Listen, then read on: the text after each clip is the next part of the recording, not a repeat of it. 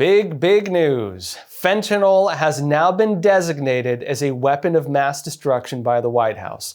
The shift in designation could have sweeping impacts pretty much across the board. Meanwhile, several major television companies, and we're talking household names here, are being sued in Texas for allegedly spying on you, the users, with alleged ties to the Chinese Communist Party. And on another topic, Mexico has for a long time been dumping raw sewage into American waters and has now agreed to start taking steps to stop this. We'll be talking about these topics and a lot more today.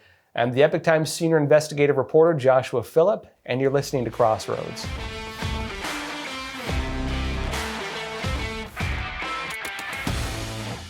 Fentanyl is now an official designated WMD. It's a weapon of mass destruction. And the shift in designation could actually have pretty sweeping impacts on law enforcement, international actions, and other policies related to how the drug is treated. Like, this is serious. It basically puts fentanyl on like nuclear weapon status, meaning Mexico now has weapons of mass destruction. Venezuela now has weapons of mass destruction. And the big question is, what will America do about these weapons of mass destruction, which they are actively trying to send into the United States to kill American citizens? This is a big deal. Basically, they can take very strong actions now to stop traffickers and dealers. This is President Donald Trump explaining it. That's why today I'm taking one more step to protect Americans from the scourge of deadly fentanyl flooding into our country. With this historic executive order I will sign today, we're formally classifying fentanyl as a weapon of mass destruction, which is what it is. No bomb does what this is doing. 200 to 300,000 people die every year that we know of. So we're formally classifying fentanyl as a weapon of mass destruction. The White House also released a fact sheet detailing the change in policy. And here's what they said. Defending America from a chemical weapon. Today, President Donald J. Trump signed an executive order designated illicit fentanyl and its core precursor chemicals, which come from China, by the way, as weapons of mass destruction. It says the order directs the Attorney General to immediately pursue criminal charges, sentencing enhancements, and sentencing variances in fentanyl trafficking cases. Meaning, if you get caught with fentanyl now, you're going to have a really bad time. Like, you're going to have a really bad time. It's like if you had Ebola. It's like if you were trafficking Ebola. That is the kind of sentencing you could expect. I mean, if the judges actually do it, we'll see. But this is a major update with this. Now, it says the order directs the Secretary of State and the Secretary of Treasury to pursue appropriate actions against relevant assets and financial institutions for those involved in or supporting the manufacture, distribution, and sale of illicit fentanyl and its core precursor chemicals. Why does that matter? Well, guess which country distributes, manufactures the core precursor chemicals? Well, China. Guess which organizations are involved with that? Some of China's main centralized banks actually do the money laundering for the cartels. If the U.S. Treasury takes action on this scale, it could mean massive financial punishment on China. I mean, we've yet to see what they're going to do with it, but this could be more than like the 10% tariffs Trump is talking about for Canada and Mexico and China, which again was the existing policy. This could be much more. Now, it says the order directs the Secretary of War and Attorney General to determine whether the Department of War, the Pentagon, should provide enhanced national security resources to the Justice Department as necessary during an emergency situation involving a weapon of mass destruction. Now, in what way would the Pentagon provide enhanced national security resources to the DOJ? So, of course, the Department of Justice handling the cases, bringing the charges, doing investigations. I doubt you'd have like armed guards around like investigators. Very likely what this will likely be, Department of Justice will probably get military intelligence to help with their investigations. My take on what this means. It could, at the more extreme end, represent criminal cases being in military courts. And we'll see if they take it that far, but you might see like court-martial type systems being used for this. Now, it says the order directs the Secretary of War in consultation with the Secretary of Homeland Security to update their chemical incident response related directives to include the fentanyl threat, meaning if they encounter fentanyl, intercede wherever, it's basically listed on par with, like, again, someone smuggling Ebola. It says the order directs the Secretary of Homeland Security to identify fentanyl smuggling networks using WMD and non-proliferation related threat intelligence. Non-proliferation, literally in terms of like nuclear weapons. They're going to be looking for fentanyl on the scale of searching for nuclear weapons through the Department of Homeland Security and working, of course, with them on this. This is a huge update. You know, they've just started it. We'll have to see what enforcement looks like.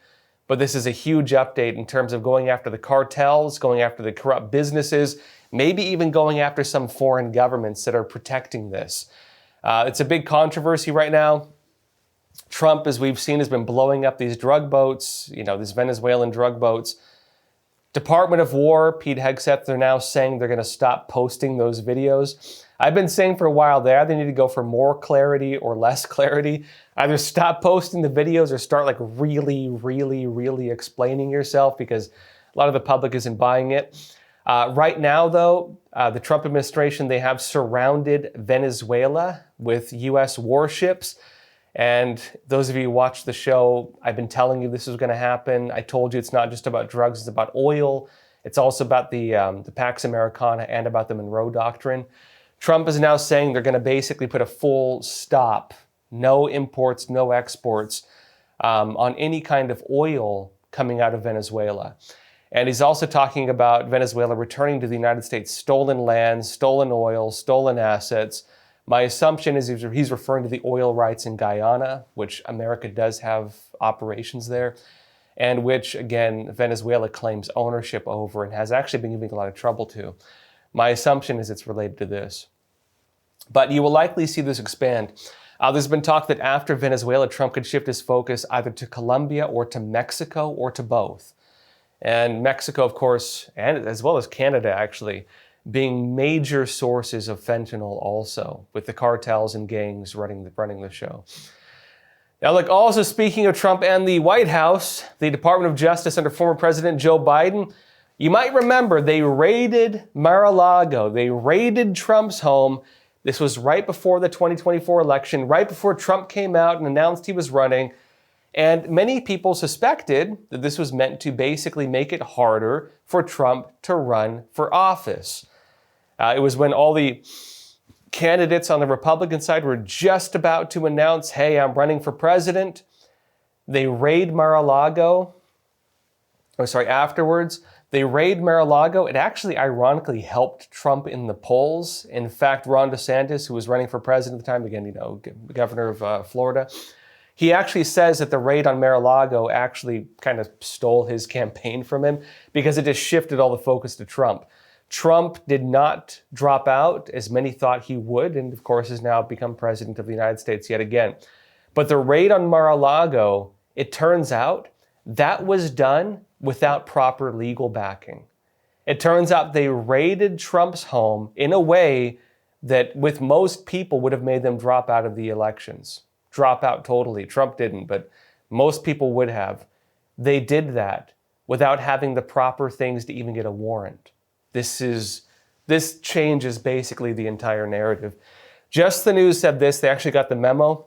They say, the FBI in summer 2022 raised repeated objections to raiding Donald Trump's Mar-a-Lago home in Florida, warning agents did not believe the Biden Justice Department had enough evidence to establish probable cause that the then former president had broken the law in handling classified documents, according to bombshell memos turned over Tuesday to Congress and turned over now to the media, which I'll read to you now. It says this: WFO, that's the FBI's Washington field office, has conducted approximately, redacted, they don't tell you, interviews related to this matter, very little has been developed related to who might be culpable for mishandling the documents, meaning it might not have been Trump. A June 1st, 2022 FBI memo declared.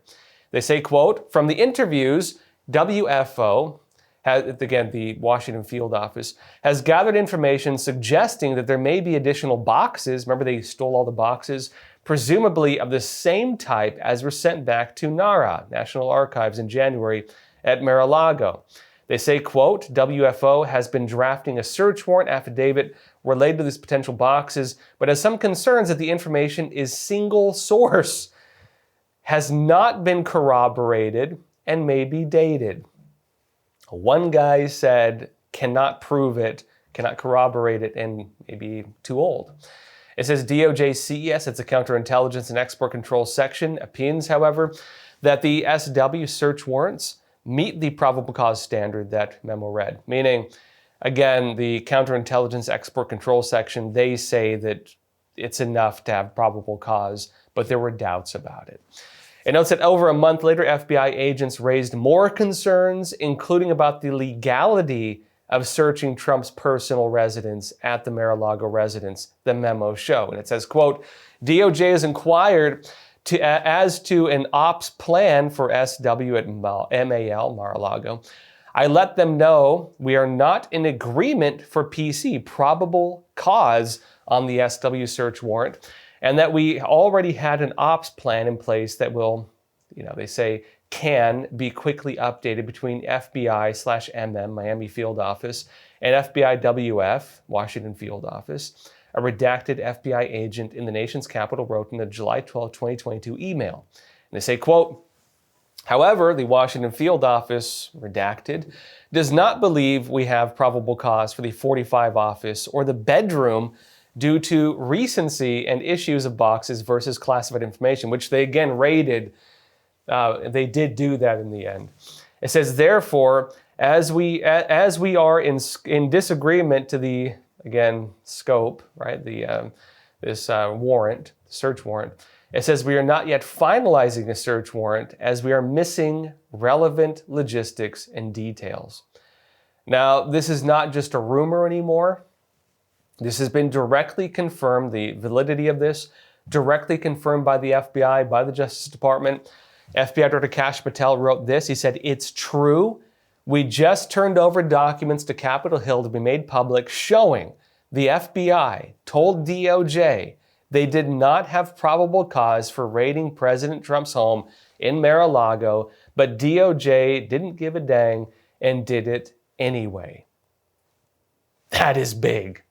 That is big. And of course, the big question also, was Biden involved with that?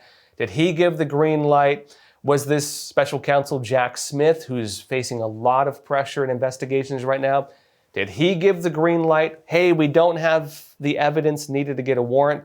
Do it anyway. Hey, we can't legally do this. Do it anyway.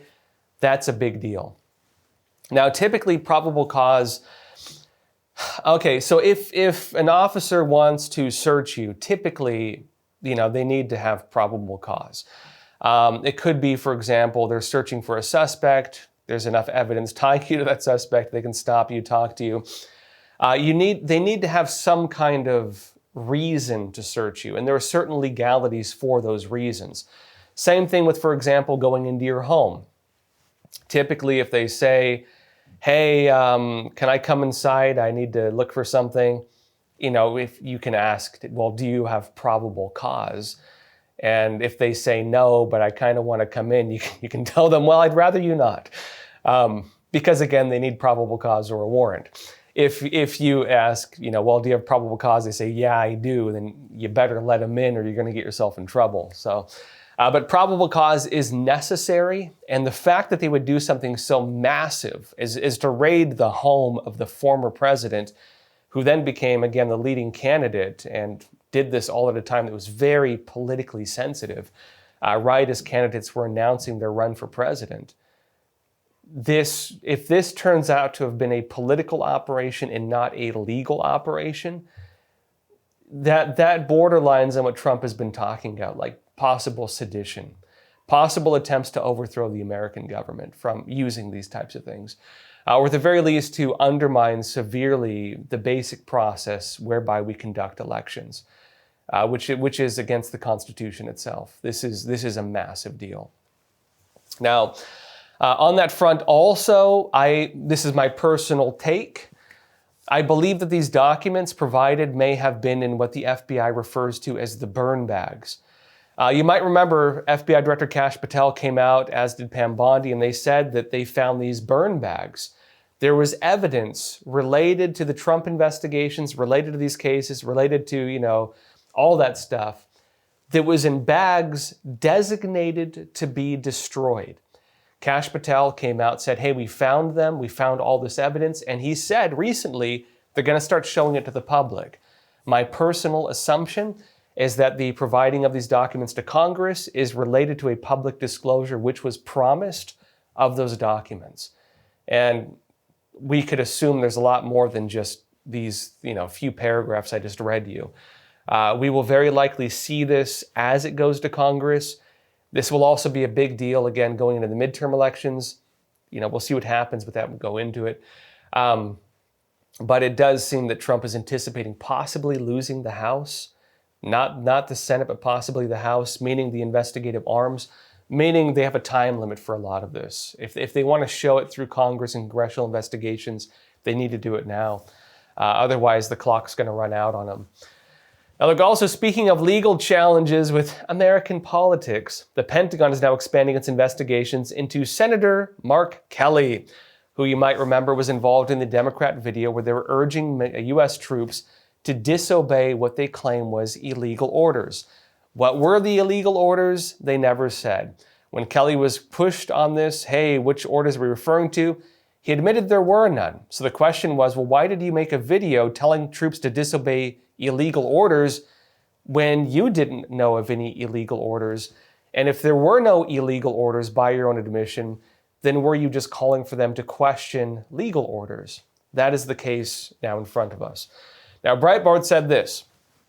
It says the Department of War is escalating its review of Senator Mark Kelly because they're investigating him right now because he's a retired Navy captain, to an official command investigation into his participation in a video dubbed seditious by President Donald Trump and War Secretary Pete Hegseth. Now, on this front, he's no longer with the military, right? He's out, he's a veteran, he's retired. But there's a special little power the military can use to kind of bring you back in for a little bit. They did this to him. So they brought him back into service to launch a criminal investigation through the military itself. President Donald Trump is accusing him and others in that video of sedition. And Trump said that's the death penalty. Would they execute an American senator? Personally, I don't think we'd ever see that happen. But I think the investigation on this will be more politically advantageous than harmful to Trump. We'll see where it goes. It says here as well, though, Department of War officials announced the preliminary review on November 24th in response to a video he published with fellow Democrat lawmakers calling on military service members and intelligence officials to, quote, refuse illegal orders from the Trump administration. Further in it says a Department of War official confirmed the probe has been escalated in a Monday evening statement to Breitbart News and saying, quote, the Office of the Secretary of War in conjunction with the Department of War's Office of the General Counsel is escalating the preliminary review of Captain Mark Kelly, U.S. Navy retired, to an official command investigation, meaning they probably found probable cause to escalate, meaning they probably have something. It says retired Captain Kelly is currently under investigation for serious allegations of misconduct. Further official comments will be limited or to preserve the integrity of the proceedings. Now, I will note as well, an investigation typically is not limited to the scope of a single issue. If you're a government official and you get investigated for problems with real estate holdings, they're not just going to investigate that one house. They will look into your finances, they'll look into your communications, they'll look into you. And if you were engaged in other criminality or similar issues, they're probably going to find it. I would say it's the same thing in this case. Very likely what you're watching now, look, a military investigation is going to give you a lot harder time than a civilian court investigation. If you're dealing with a court-martial, you're going to wish you were sitting in front of a little like district judge. They're much less forgiving. Let's put it that way. A military and criminal investigation is going to ruin your day. And so if there's anything possibly incriminating, the last thing you would want to do is undergo a military investigation.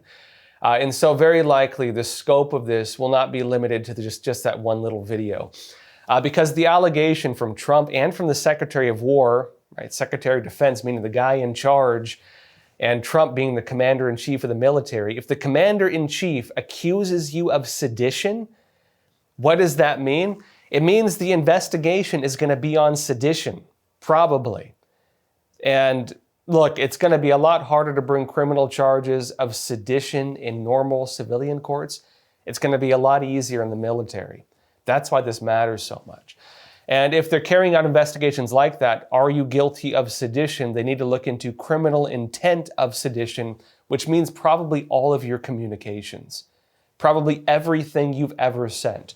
And even more so, if you're facing a normal criminal investigation, you're dealing with police and investigators, maybe at the worst you're dealing with, federal prosecutors.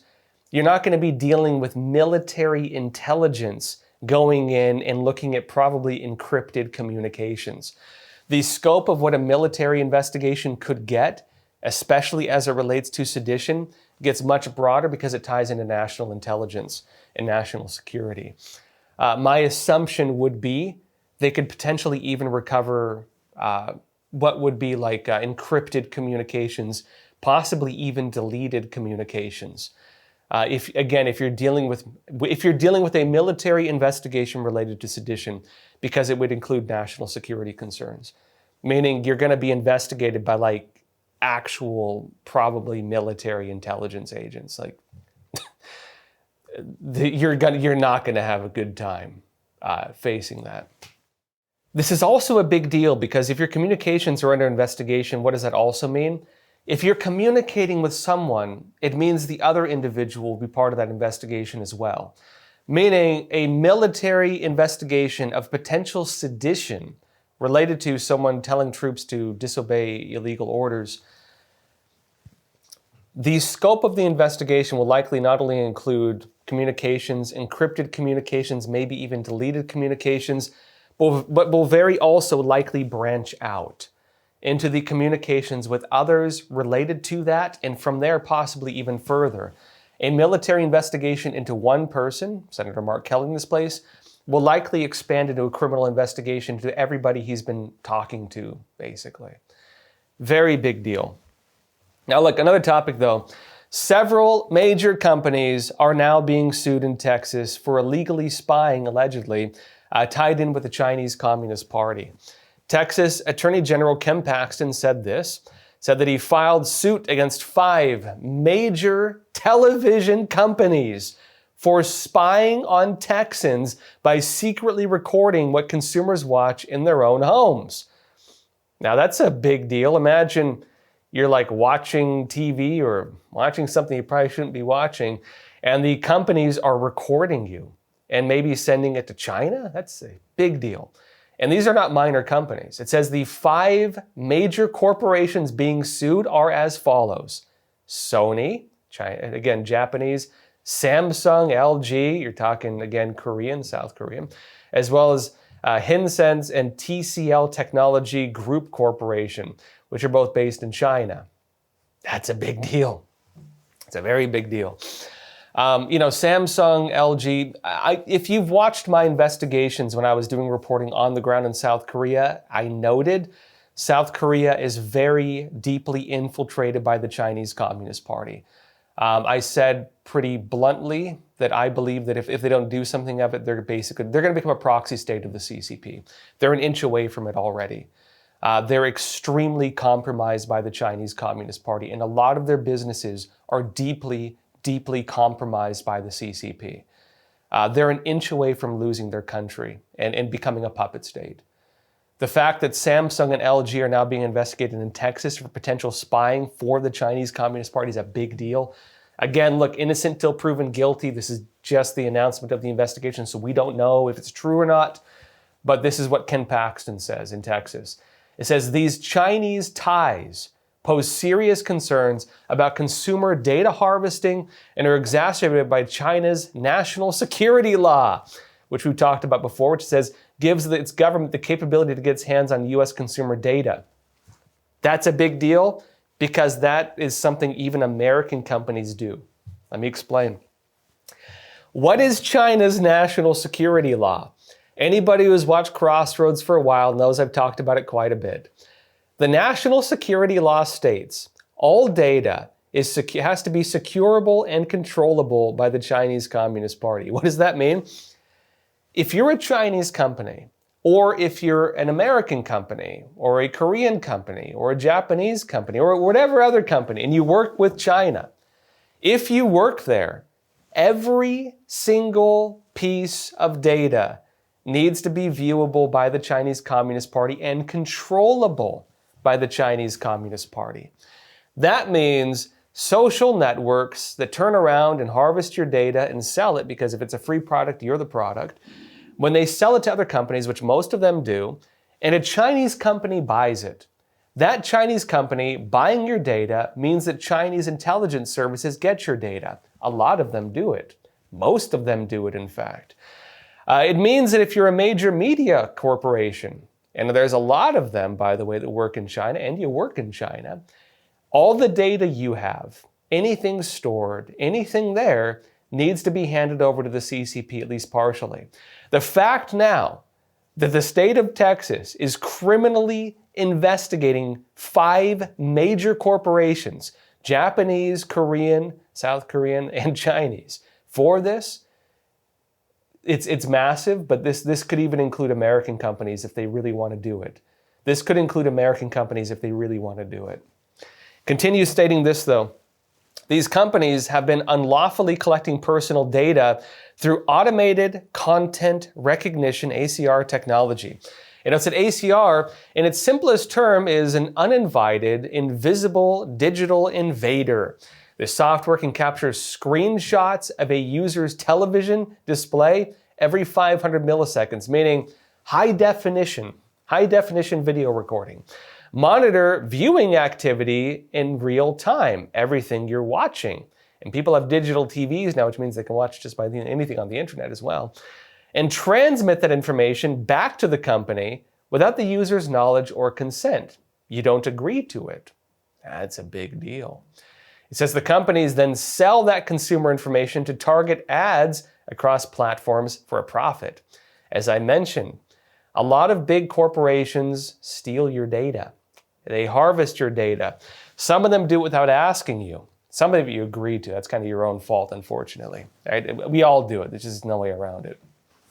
But if they do it without asking, if they do it without your knowledge, and they sell it to a foreign hostile government or a company that works for a foreign hostile government or merely works in the country of that government, and the laws of that government require national intelligence services like secret agents to get access to all of it, that's a national security threat. That's a violation of your privacy. That's a big deal. And if they go after the companies and say you're complicit in this, that's no minor thing. Now it says as well, quote, this technology puts users' privacy and sensitive information such as passwords, bank information, and other personal information at risk. When you're dealing with the Chinese Communist Party, they can pass over passwords, bank information, personal information to scammers, to the mafia, because the CCP is a mafia state. They work with criminals. They work with the cartels. They do the money laundering for them and supply the precursor chemicals. They also work with things like the snakeheads, the human traffickers. They also work with the triads, the Chinese drug agents in the United States, and the mafia here. And a lot of those organizations carry out operations as foot soldiers for the CCP. They also run scam networks. meaning this could mean that they don't just spy on you, it could mean that they're hacking you, stealing stuff from you, scamming you, stealing banking information from you, or using this for international operations, targeting major corporations, military officers, anything. This is a major national security breach. I would actually add to this. The picture is worse than this because I'm aware of much of what's going on. There's also something else. Major Chinese corporations. Let's talk about Tencent, which has been buying up the video game market here in the United States and in Canada and elsewhere. If you're an American soldier and you download a Chinese video game or a video game that gets bought up by a Chinese corporation, one of these corporations runs something called ACE, Anti-Cheat Expert. That program, anti-cheat software, has access to monitor parts of your device, your computer or your phone, so deep that even you cannot access it. If you say, uh-oh, I'm in trouble, and you delete said video game, it does not delete that spying system. It remains on your device. There are ways you can do it by going into your terminal, and you have to remove it from your terminal. Even then, I don't know if it fully gets rid of it. This is a massive national security risk to the United States, and I don't know why it's not being talked about more. The amount of data harvesting, surveillance, and other such things being done by major Chinese corporations on through American devices, being allowed on our app markets, could represent they don't even need to hack you, they just access it. It's like you give them backdoor access to your device. The degree of this cannot be understated. And so the fact that Texas is now actually looking into this is a big deal. We'll have to see whether the federal government does similar investigations, but Texas doing it is a very big deal. Now, look, also on the point of potentially illicit China ties, it turns out that Meta being Facebook and Instagram and others, was allowing Chinese fraudulent advertisements on its platforms. And Reuters says this. Last year, Meta had to reckon with an ugly conclusion about its China advertising customers. They were defrauding Facebook, Instagram, and WhatsApp users worldwide. Massive fraud carried out against you and others on these social networking and communication platforms. It says, though China's authoritarian government bans use of Meta social media by its citizens, Beijing lets Chinese companies advertise to foreign consumers on the globe-spanning platforms. It says, as a result, Meta's advertising business was thriving in China. You can't use it, but you can scam people on it, ultimately reaching over $18 billion in annual sales in 2024, more than a tenth of the company's global revenue. It's a lot of money to lose for Meta, by the way, which they might lose now if it turns out that it was fraudulent and people are being scammed, and maybe you can sue them for it. It says, but Meta calculated that about 19% of that money, more than $3 billion, was coming from ads for scams, illegal gambling, pornography, and other banned content, according to internal Meta documents reviewed by Reuters, meaning they looked into it. And the question is, did they stop it after they came to the conclusion? It says the documents are part of a cache of previously unreported material generated over the past 4 years by teams including Meta's finance, lobbying, engineering, and safety divisions. And it says the cache reveals Meta's efforts over that period to understand the scale of abuse on its platforms and the company's reluctance to introduce fixes that could undermine its business and revenues, such as losing maybe a tenth of its market, its ad revenue, or maybe getting sued by people who got scammed. Who knows? It says this. The documents show that Meta believed China was the country of origin of roughly a quarter of all ads for scams in banned products on Meta's platforms worldwide. Victims range from shoppers in Taiwan who purchase bogus health supplements to investors in the United States and Canada who were swindled out of their savings. It says, quote, we need to make significant investments to reduce growing harm. Meta staffers warned in an internal April 2024 presentation to leaders of its safety operations. And it notes basically to that end, Meta created an anti-fraud team that went beyond previous efforts to monitor scams and other banned activity from China, using a variety of stepped-up enforcement tools that slashed the problematic ads by about half during the second half of 2024. That's still a lot of fraud, by the way. It says from 19% to 9% of the total advertising revenue coming from China. They're still allowing it, it seems, but they've cut it in half. That's still a massive amount of fraud. So be careful of those ads if you're watching this on it. Speaking of other countries causing issues for the United States, well, Mexico has for a long time been dumping raw sewage into American waters and has now agreed to kind of take steps to stop doing it. Now, the EPA, Environmental Protection Agency, said this, quote, "Today, the U.S. Environmental Protection Agency, EPA, is announcing the signing of a historic new agreement between the United States and Mexico called Minute 333, marking additional significant progress to permanently and urgently end the decades-long Tijuana River sewage crisis." The crisis being that they just release it into the United States, or release it mostly into the ocean and it washes upshore. It says the U.S. and Mexican sections of the International Boundary and Water Commission agreed to a list of new actions, including infrastructure projects, research, enhanced monitoring, and planning for operations and maintenance of critical sites and systems that will account for future population growth in Tijuana, a key component that was missing from previous agreements made prior to the Trump administration. It notes the Tijuana River sewage crisis is a decades-long issue. I can affirm this because I'm from Southern California, where untreated raw sewage has flowed into Southern California from Mexico, meaning just raw sewage. This has resulted, it says, in years-long beach closures, foul odors, degradation of the Tijuana River Valley, and lost economic opportunity, while also sickening people on both sides of the border. This crisis has also impacted our Navy SEALs who train in the area. So, I'm from Southern California, right? I mainly lived, I grew up all over the place, but I used to live in Spring Valley area. So the Navy SEALs training base is in Coronado. You go across the Coronado Bridge, it's right there. They're susceptible to that, but there's a lot more areas that are susceptible. So my old surfing spot growing up was Sunset Cliffs, kind of close to the border, and it used to get closed all the time because of raw sewage from Tijuana. This has been going on since I was a kid. This is an old problem. And, really Mexico has not gotten a lot of pressure on it. They just been doing it. They just release raw sewage, and the way the water flows, it goes north right into America. They actually stopped doing this to an extent recently because of pressure from Trump.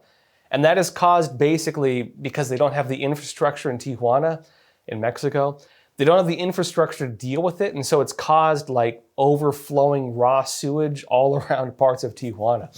So it's nice that the United States is working on this with Mexico now, saying, okay, let's actually fix your infrastructure so you don't either have to flood your own country with raw sewage or dump it into our water and close our beaches and make Americans sick, including Navy SEALs apparently, because it went as far north as again, Coronado. Which, by that bridge, by the way, is where one of the big naval bases is. So, that's a big deal for the United States. It's interesting they're now fixing it. We'll see what happens. They're taking steps they're probably going to have to build the infrastructure. It's going to take a while, I assume.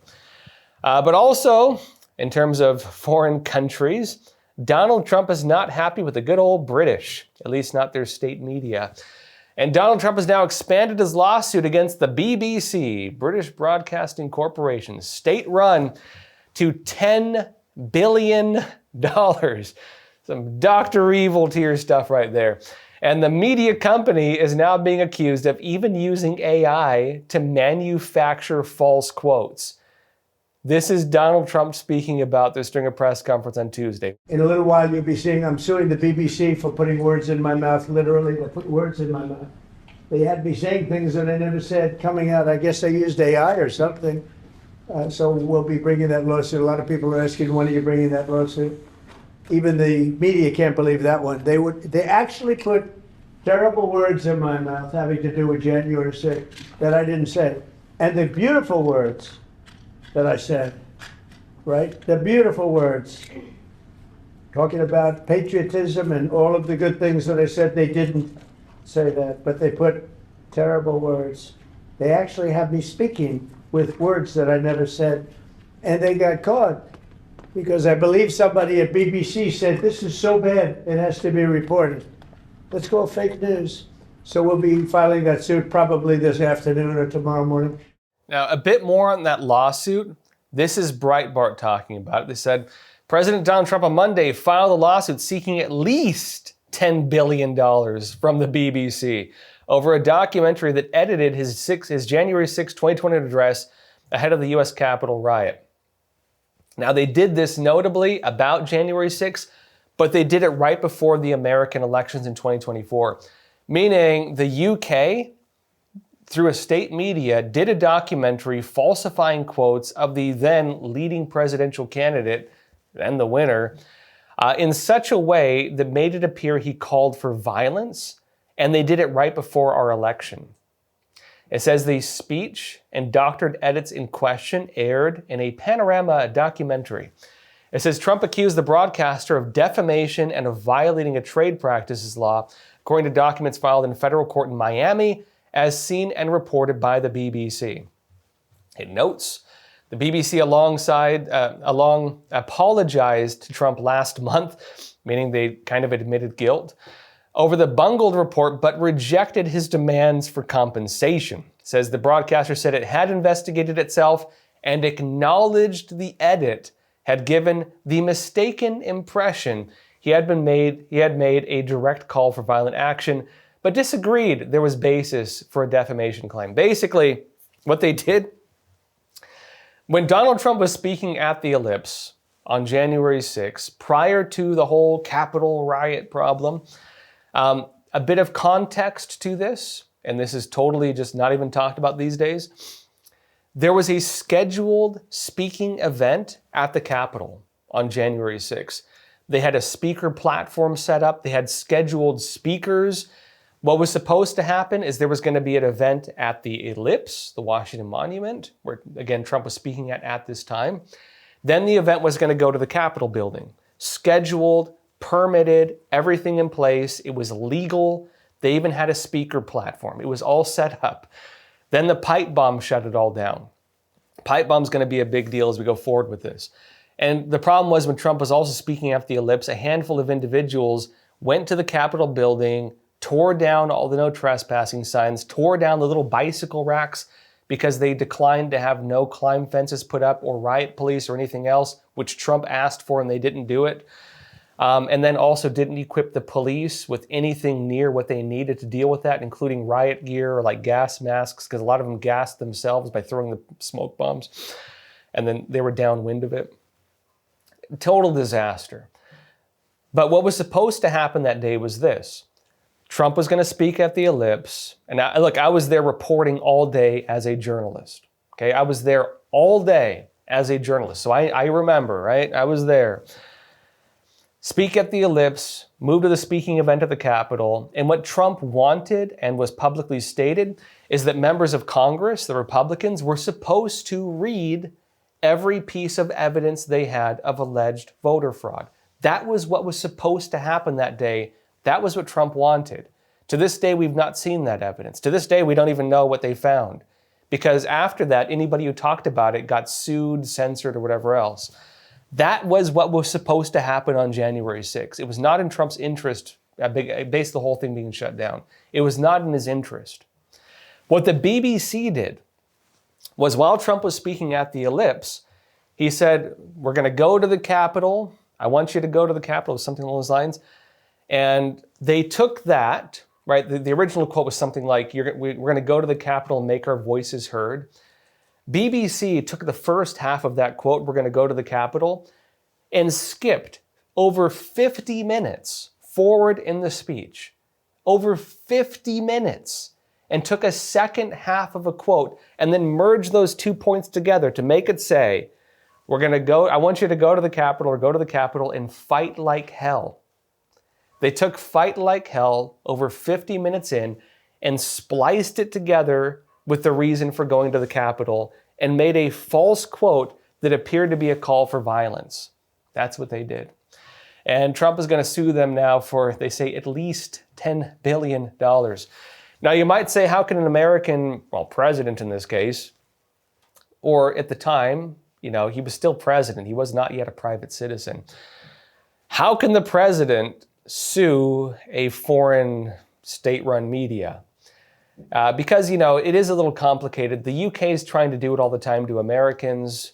That might be why Trump is doing it, because if the UK says, well, you can't sue us for $10 billion because you have no power here, you have no jurisdiction, that could stop it. But by stating that, especially with a state-run media company, BBC, by stating that, they would have to admit the issue of jurisdiction, which they don't have either.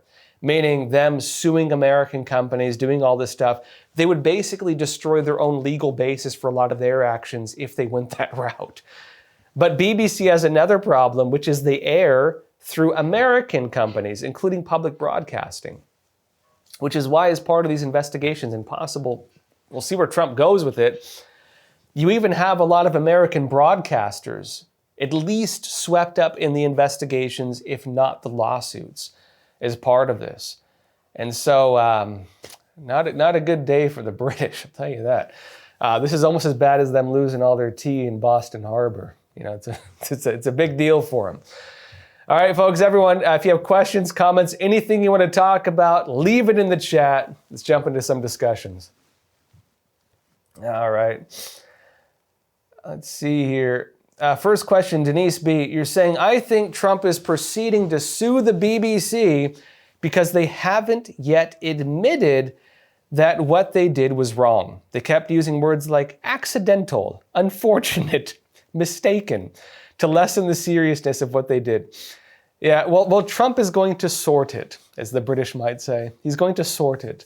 And we will see what the sorting results in, actually. Yeah. I actually think it's for a couple reasons why. I think you're probably right. I think he does want to hold him accountable. This could amount to election interference. And, the UK is in trouble on this because what else did the UK interfere with? Well, back in 2016, what did they do? Former British spy worked and created the Steele dossier, which created the whole Trump-Russia false narrative. And it seems that there was some involvement, at least through that, with the United Kingdom. So if the UK was involved with interfering with two American elections, both related to Trump, first of all in 2016, which also had ripple effects throughout Trump's entire first term in office and even into 2020, and massively, I'd say, interfered with the midterm elections in Trump's first term. Going into the second grand interference with America's elections, which was the false framing of Trump's quote in a documentary right ahead of the 2024 elections and even aired through American networks, that is two instances. You could argue the government wasn't involved, but related to the UK at least. BBC, it is kind of related to the government because they're state-run, right? If you're in the UK, you have to use... They take tax money to pay for it. You have no choice. A lot of people complain about it. This is two instances of the UK allowing for interference in America's elections, and which is a big deal. Now, I don't know if Trump's going to go so far as to accuse him of that, but I do think it should be viewed in terms of the broader picture, because the FBI is now looking into that. The DOJ is now looking into it. They're looking at a type of grand conspiracy, tying in everything from 2016 all through 2024. Look, a decade. We're almost a decade in with this, or we probably will be by the time the case is wrapped up. Like the decade of Trump. Some people liked it, some people hated it. But the decade of Trump also included a decade of scandal, and the scandal is being framed now as a meta-conspiracy. The attempts to remove Trump from office, the falsification of information, the Trump-Russia hoax, the raid on Mar-a-Lago, the special counsels investigating him, the attempts to impeach the sitting president using false information.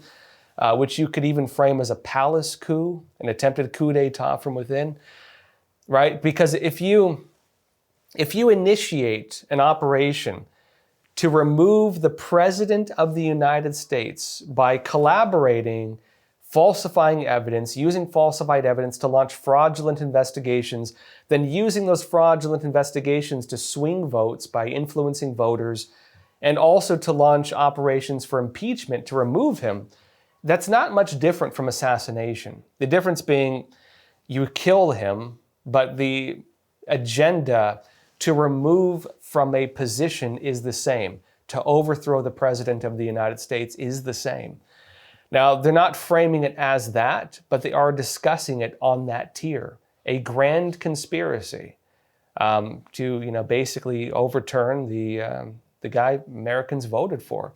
A conspiracy against the Constitution itself, if you want to paint it on those grounds. That's a very big deal. And if you had foreign involvement in it, which you did, that's an even bigger deal. Now, we'll see what this means in terms of the lawsuit. I will add one important point. If you're sued for defamation, what does that also mean? If the BBC is sued for defamation, what does that mean? It means discovery. It means discovery. What does discovery mean? It means that all of the communications of anybody within that company will now be available for public disclosure and for criminal investigation, unless the BBC wants to settle with Trump on at least $10 billion lawsuit. That's a lot of money.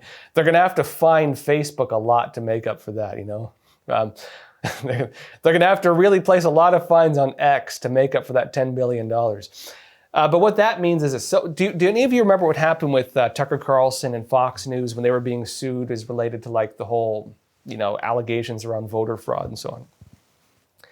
When they were investigated, right, not criminal, but as part of the discovery for defamation, internal communications, including of individual journalists, were granted access to the investigators and made public. That was how Tucker Carlson, of course, got pushed out of Fox News. Tucker Carlson tonight, and then went launched his own thing, which probably worked out better for him, honestly. That was how it turned out that people were seeing all the communications and videos of the TV hosts and what they were saying off record when the cameras were still rolling, but they were not broadcasting. It turned into embarrassments for the company. It turned into exposure of things they really didn't want to get exposed. The same thing could happen to the BBC if this is allowed. And so if Trump goes to discovery and does not settle, that also means any kind of internal communications at the BBC. And remember, they're a state-run broadcaster, so there might even be government communications. All of that will now be up for discovery. All of that will now be part of this investigation. My personal assumption is that Trump is aware of this, the British are aware of it, and the British are aware that Trump is aware that they're aware. And if they allow it to go that far, it's going to be very bad for them. My assumption is they're going to settle and take this as a we know that you know that we know type thing, and they're not going to move on with it. That's my personal assumption, but we shall see. Because Trump is planning, it seems, to sort it, as they would say. JA2559088, you're saying, this is a brilliant plan. You're talking about the designation of fentanyl as a weapon of mass destruction. Selling fentanyl now will be like selling a nuclear bomb, same difference, a weapon of mass destruction. Yeah, I mean, you could even think, maybe not in a major city, but if you were to drop a nuclear bomb, what would the death toll be? Think like a smaller one. Yeah, that's a weapon of mass destruction. If you have literal hundreds of thousands of people killed through the use of a substance, if America were to fall victim to a biological warfare attack, you might have millions die, you might have hundreds of thousands die. Fentanyl is killing hundreds of thousands of Americans, or has killed hundreds of thousands of Americans, and future potential risk probably even higher than that. Technically, I would say legally, which I think is the backing of this, fentanyl has the capacity of mass death on par with a weapon of mass destruction. I do believe it's an accurate designation. This also makes it very hard for Mexico to say, well, America, it's your fault for buying it. Yeah, we don't like the cartels, but if you try to go after the cartels, we're going to stop you because we don't think you should go after them because it's not nice to kill them. They can kill you, but it's mean if you kill them. It doesn't look good on them. It also means any organization involved with money laundering, any organization involved with trafficking. At the southern border, a lot of this is gangs. A lot of it is cartels. At the northern border, it's actually a lot of biker gangs. Anyone know this? There's a lot of biker gangs that do the Canadian operations. Not all. There's cartels there too, but biker gangs do a lot of the northern stuff for some reason. Turns out Canada has kind of like the new El Chapo. Literally a former snowboarding, like Olympic snowboarder, which is very Canadian, by the way. Being like your new El Chapo kingpin for fentanyl. This is going to be big. And again, China provides the precursors. China provides the finished products. China does the money laundering. China helps with a lot of stuff. And it's done through Chinese state banks and allowed for by the CCP. So, this is a massive deal. The other thing you're going to have to deal with, though, is, especially when dealing with synthetic drugs, you can manufacture alternatives very easily that fall outside of legal definitions. So if they regulate fentanyl, they can change a few molecules because it's a synthetic drug. It's like lab made. You can change a few molecules and get around the legal definition of what fentanyl is. So they have, for example, already carfentanil, which is even worse than fentanyl, and which Narcan can't save you from. The hit with Narcan, I've talked to police officers. If someone ODs on fentanyl, they look like they're dead. They're like turning purple. They're laying on the ground. They're not breathing. They look dead. You hit them with Narcan, and it's like watching Dracula rise from his grave. They just go like this, and they're fully conscious, like nothing ever happened, talking normal. Or sometimes in a crack addict, like rage fighting with you, which police have to deal with, by the way. They're like, maybe I should have waited a bit before I hit you with that. Police deal with this stuff. Narcan is crazy like that. But Narcan will not save you from carfentanil, apparently. And so they're manufacturing even more deadly versions of it. My personal hope is that the designation of fentanyl as a WMD includes the possible variants. And they could probably find a way to legally do that. Including variants is part of the designation. Or maybe define it by scale of lethality or something like that. If they did something like that, I think they could include it.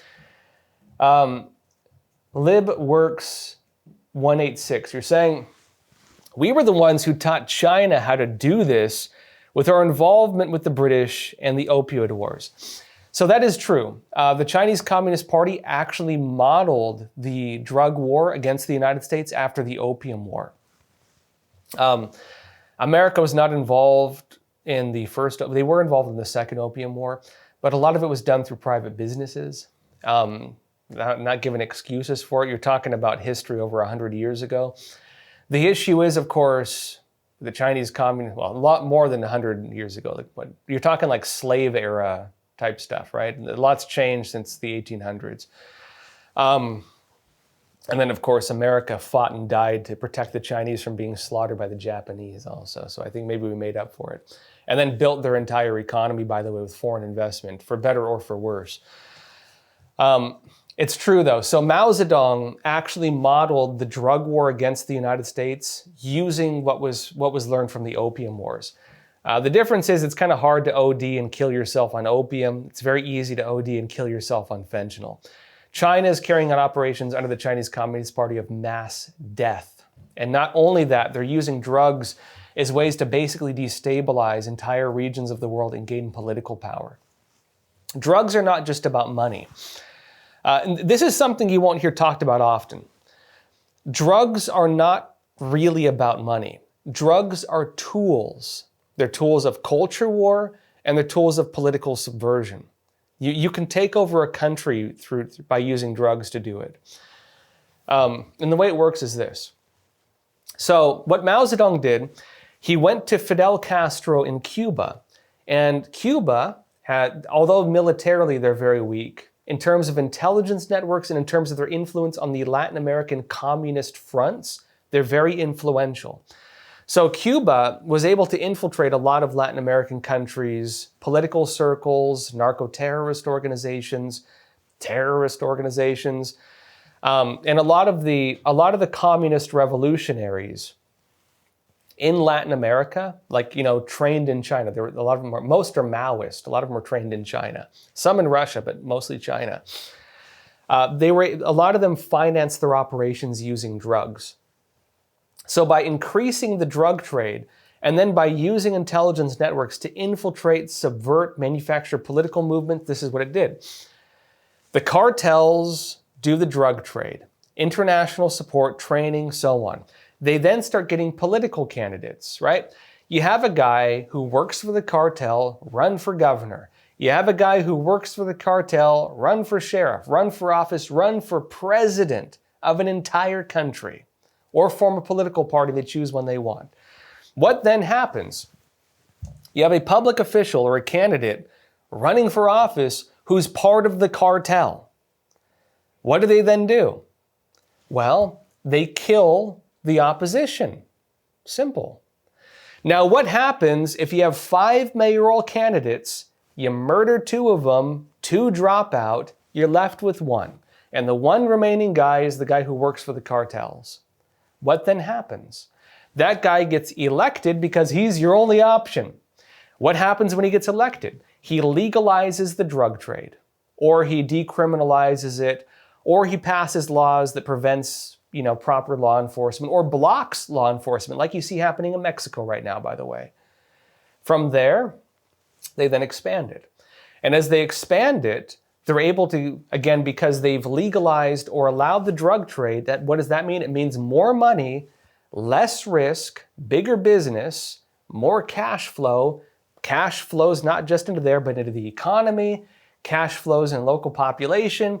Cash flows into the government coffers, but mostly the party coffers of the people tied to it. Then they're able to plant more local candidates. You run for sheriff. You run for this. You run as the local prosecutor. You run for, whatever else. Until the cartels effectively have taken over the entire country, all positions of major power. At that point, anybody who stands against them can even face criminal investigations unrelated to even murder or assassination.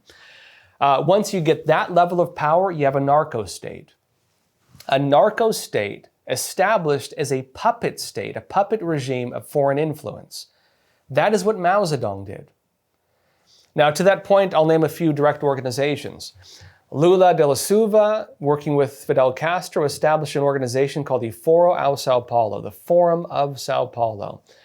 Most Americans have never heard of this. If you're a Brazilian conservative, you know about it because it's one of the biggest problems they have.